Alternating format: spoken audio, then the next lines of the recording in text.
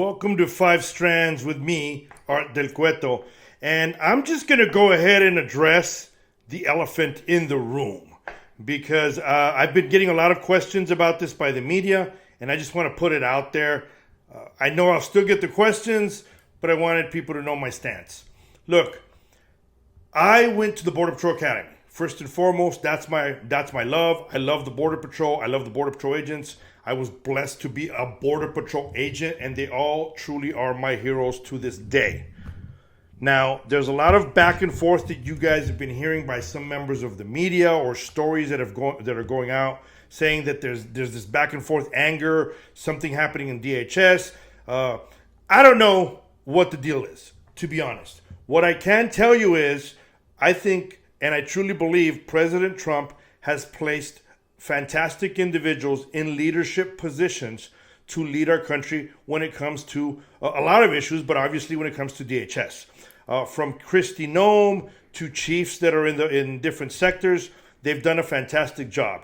They're all on the same team. So I don't know if there was an argument or there wasn't an argument and somebody's making a bigger deal out of it. I'm not quite sure. I chalk it up to the media. Sometimes media, makes a bigger deal out of it than what it actually is, especially now during the shutdown. Maybe somebody wants to, put the attention somewhere else. What I can tell you is, aside from President Trump putting fantastic leaders in place, and we're currently living on one of the safest borders that I've ever seen in my life. And this is from someone that grew up on the border and is on the border. And I've been here my whole life, okay? It's not... I didn't come from somewhere else and then jump to live on the border. I've been here my entire life. I was raised here. That being said, I can tell you that I've spoken to a lot of individuals that are in leadership positions. I respect every single one of them. I know for a fact from speaking to Tom Homan and knowing Tom Homan for a long time, I know he's one of those that they're talking about. Oh, someone's upset at him. Look, agents that I speak to, and I speak to a lot of agents and a lot of supervisors and people in different teams, they love Homan. They love Tom Homan as well as I do. If you look at his record speaks for himself, and he's been doing this for a long time. He was very influential when it came to border security during the first Trump administration. So when I hear people saying that there's back and forth and there's issues, I'm not so sure. What I can tell you is agents respect everyone that's there, and they back up the decisions that President Trump has made. Kristi Noem, I know, has done a fantastic job in the media, and she constantly gets attacked. Tom Homan does a fantastic job in the media and constantly gets attacked. I never worked for Kristi Noem, so I'm just telling you what I know from the Tom Homan side is I think Tom Homan's a fantastic individual, and every agent respects him. Now, I talk to a lot of agents, and a lot of agents love what Kristi Noem is doing as well. So I truly believe that this back and forth that you keep hearing on the media is just that. It's just blabber from people trying to cause some type of rift on something that is not necessarily there. And when you look at what everyone's done in the leadership positions, they're doing a fantastic job as far as me talking about how great the border is. They're all on the same team. We're all on the same team, which leads me to the ICE situation of people talking about ICE. Honestly, I think there's somebody out there has an agenda.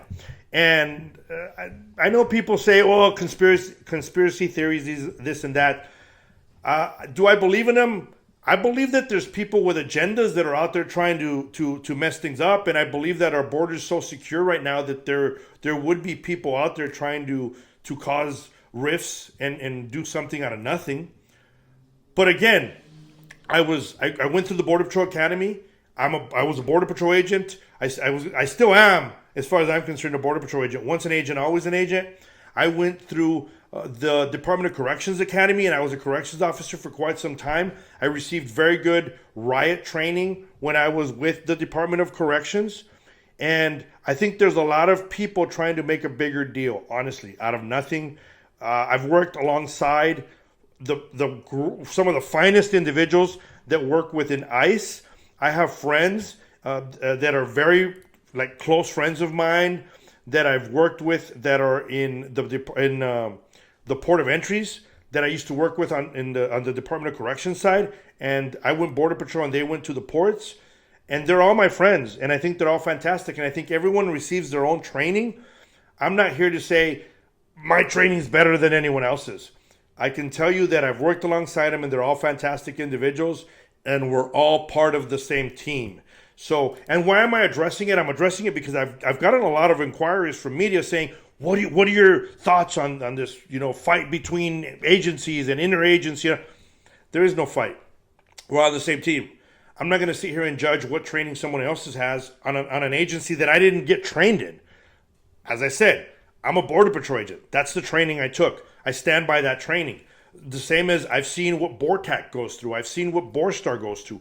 It's extensive training, but we're all part of the same team, and we all serve the same mission. So I'm not going to sit here and go back and forth and say one part of leadership is arguing with another one. I'm here to tell you what President Trump has assembled is truly fantastic, and all of them together are what has made this agency move forward and secure our nation's borders. That's what I'm going to say on that.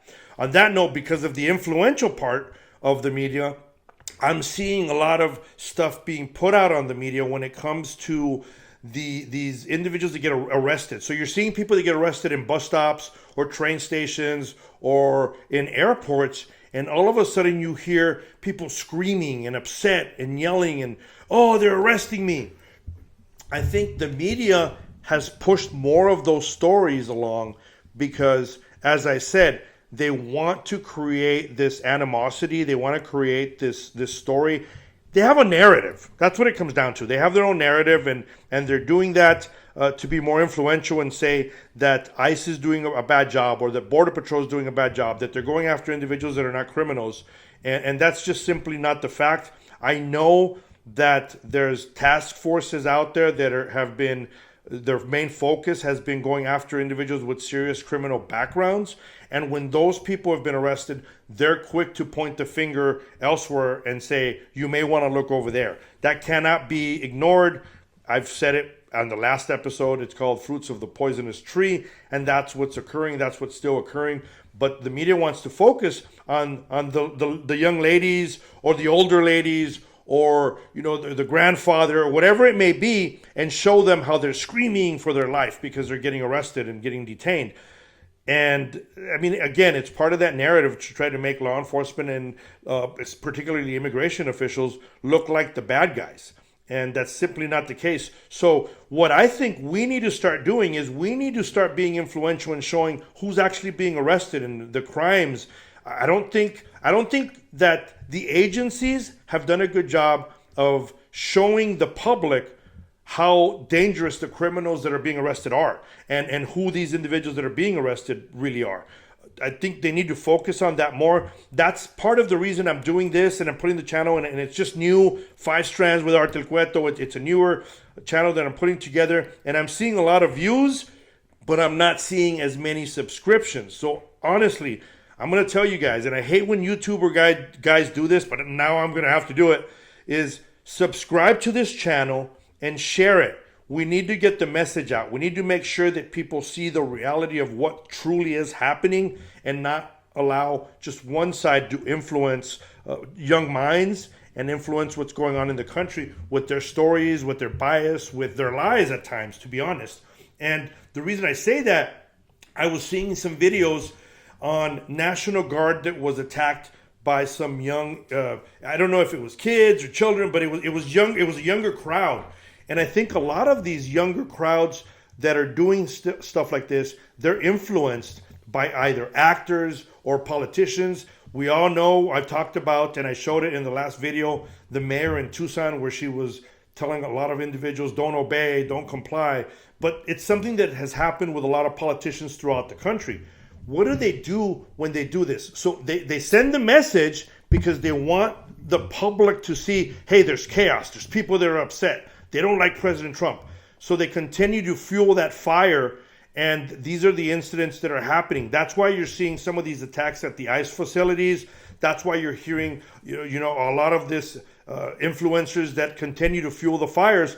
They do that when they have the mic, and then they go home and they kick back in their homes and they watch the TV and they see everything that's happening. I know there's individuals out there that have at the same time donated either costumes or paraphernalia or whatever to different protesters in different cities. We need to be very much aware of who these influencers are and where in our society they're spreading their message. I posted something on my personal page talking about teachers and how they're very influential, and somebody got upset, and lo and behold, I wake up this morning because they were saying, no, teachers don't do that. I wake up this morning and I'm seeing the pictures of the math department in Cienega High School down in Vail. They were out there wearing shirts, and I don't remember exactly what was written on their shirts, but it had like blood, and they're pushing the message of the violence was okay against Charlie Kirk. They can sit there and say, well, that's not what we meant. You're wearing a white shirt, you have black writing on your shirt, similar to the shirt that Charlie Kirk, my friend Charlie Kirk, wore when he was murdered, and then you're showing blood coming off the side of your neck down on your shirt. They can spin it any way they want, but everyone knows exactly what they're doing. They're trying to push that narrative. But that's what I mean. We have to be very, very vigilant in what teachers are doing to push their narrative to kids.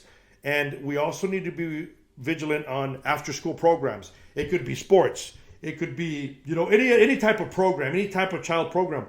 Look and see what the leadership of these programs, what they're teaching the kids. Are they going outside of the curriculum? Are they trying to push some type of narrative? And if they are, they need to be called out. That's what needs to happen. That's the whole purpose I'm on here. I want people to realize that you have a voice. Send me messages. You can follow me on my Instagram. You can follow me on my X, and send me any messages that you want on what you might want pushed. Or you can even, you can leave a message on here on the comments and say it. But we need to subscribe. We need to share it. And I'm just going to give you guys, a little bit of information. I'm wearing a Blackhawks jersey. It's a hockey team. I've loved hockey ever since I was a young kid because I suffered an injury in baseball and I was stuck in bed. So I grew up in Douglas, Arizona, and the only thing we had was WGN, and that's how I ended up watching hockey and becoming a big fan of hockey. So I've always been a hockey fan. The reason I'm pointing that out is because I did a video that's on my Instagram story where I was talking about how there's a lot of people that came to this country and they're children of immigrants, but they were never taught to learn this, to love this country. And in it, I'm wearing a Blackhawks hat. And somebody made the ridiculous comment saying that I'm wearing something with a Native American in order to make up for my racism. And I just thought that was the funniest thing. So today I'm wearing it because there happens to be a game that I'm going to watch, and I'm going to hang out with some friends that are also hockey fans. But I wanted you guys to know that's why I'm wearing it. I'm a Blackhawk fan. It's just some of those silly little things that people will post on social media, and then they'll roll with it and try to attack it.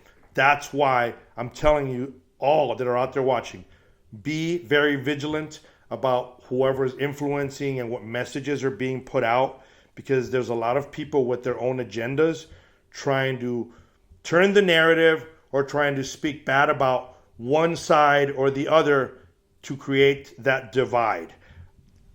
That's what it comes down to. On that note, folks, please be safe and God bless.